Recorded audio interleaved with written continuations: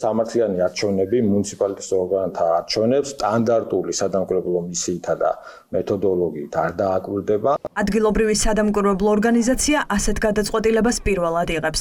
სამართლიანი არჩევნები ახალ პრეცედენტს ქმნის და თვითმმართველობის არჩევნებზე დაკვირვებაზე უარს ამბობს.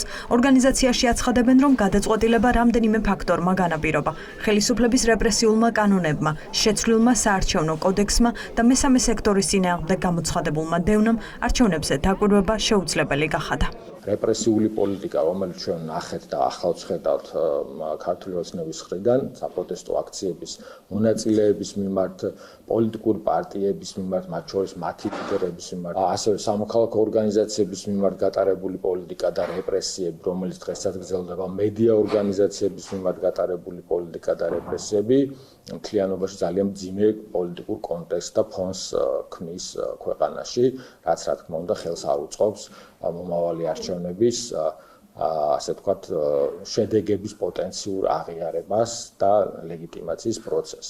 სამართლიანი არჩევნების იურისტები ამბობენ, რომ არსებული წინასაარჩევნო გარემო უკვე არღვევს თავისუფალი და სამართლიანი არჩევნებისთვის საჭირო სტანდარტებს და იძლევა საფუძველს თქვან, რომ 4 ოქტომბრის არჩევნები დემოკრატიული ვერ იქნება. იურისტების თქმით, კენჭისყრის დღეს პროცედურების ზედმიწევნით დაცვაც არ იქნება საკმარისი პროცესის დადებითად შესაფასებლად.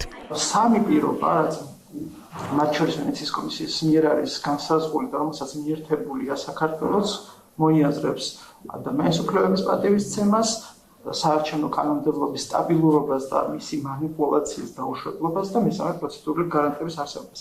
ამ მხრივ სამივე ნორმა არის მნიშვნელოვნად დაკვეული. სამწუხაროდ ეს არჩევნები უკვე იქნა იმგვარად დაზიანებული, რომ კენჭისყრის დღის პროცედურებს უკვე მნიშვნელოვანი დატვირთვა აღარ აქვს. სხვა ორგანიზაციებს გადაწყვეტილება ჯერ არ გამოუცხადებიათ, თუმცა მათი პოზიციაც ანალოგიურია. დამკვირვებლები გვეუბნებიან, რომ ოცნებამ გასული არჩევნებიდან გაკვეთილი ისწავლა და ყველა, ვინც პრობლემას უქმნიდა, მაქსიმალურად შეავიწროვა. ამიტომ უარი არჩევნებზე არა არჩევანი, არამედ იძულებით მიღებული გადაწყვეტილება იქნება. შარშან მაგალითად, როდესაც კარუსელს ატარებდნენ, ხო, იქ შეგეძლო პირადობის მოწმობა, გეთხოვა ვიღაცისთვის ვერიფიკატორის აპარატთან არ გიშევდნენ, მაგრამ უფლება ჰქონდა მაინც რა დაკვირვების. ეხლა ფორმალურადაც კი მოხსნეს ის ელემენტარული პატარა დისკომფორტიც კი რაც შეიძლება ყოფილიყო. გარდა ამისა, რეპრესირება ხდება ამ ორგანიზაციებს, ყველაზე კვალიფიციური ორგანიზაციები და ყველაზე გამოცდილი ორგანიზაციები ესენი არიან და შესაბამისად ვერც ესენი ვერ დააკვირდებიან. ეს თავიდანვე ცხადი იყო ეხა ჩემთვის. ახალი ცვლილებებით დამკვირვებლები ვერ დაადგენენ გამოიყენებს თუ არა მმართველი პარტია საარჩევნო უბანზე ეგრეთ წოდებული კარუსელის მეთოდს. ეზღუდებათ უფლება გადაამოწმონ უბანზე მისული მოქალაქე სარგებლობს თუ არა სხვისი პირადობის მოწმობით. ვერ გადაიღებენ დარღვევას მობილურით და ვერ დაამტკიცებენ ამ მომრჩევალზე გავლენის მოხდენის ფაქტებს.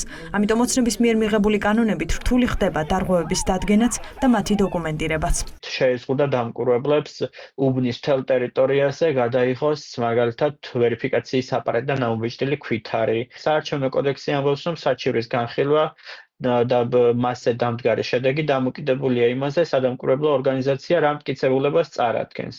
და ფაქტობრივად ეს ცვლილება გვიკლავს ასეთი მტკიცებულებების მოპოვების შესაძლებლობას. სადამკვირვებლო ორგანიზაციების არ მონაწილეობა პროცესში დამატებითი არგუმენტია ბოიკოტში მყოფი პოლიტიკური პარტიებისთვის თქვან, რომ 4 ოქტომბრის არჩევნები ოცნების სპეცოპერაცია იქნება. მონაწილე პარტიებში კი ამბობენ, რომ მათ არც თავიდანვე ჩაუთვლიათ, რომ 4 ოქტომბერი სამართლიანად წარიმართებოდა. ახლა ერთადერთი, ვისაც დარღვევების დაფიქსირების ბერკეტი დარჩა, პარტიული კომისიის წევრები არიან, რომლებმაც არჩევნებზე ხმების დაცვა უნდა შეძლონ. მართალია არის გართულებული ბევრი რამ დაკვირვების კუთხით, თუმცა ჩვენი პოლიტიკური ძალა ამ არჩევნებზე აპირებს მხოლოდ და მხოლოდ ბრძოლის გამართვას ვამზადებთ პარტიის წარმომადგენლებს და კომისიის წევრებს, რომელიც 4 ოქტომბრის არჩევნებზე გააკეთებენ მაქსიმუმს და იქნებიან კარგად მომზადებული. რა ფორმითაც არ უნდა სცადოს რეჟიმმა და სამწუხაროდ რეჟიმთან სისტემურ თანამშრომლობაში შესულმა სხვა პოლიტიკურმა პარტიებმა ამის რაღაცა არჩევნებად გაყიდვა, ეგ ეგრე ვერ იქნება. ქართულ ოცნებას სამართლიანი არჩევნების უარი ალბათ უფრო ახარებს ვიდრე პირიქით.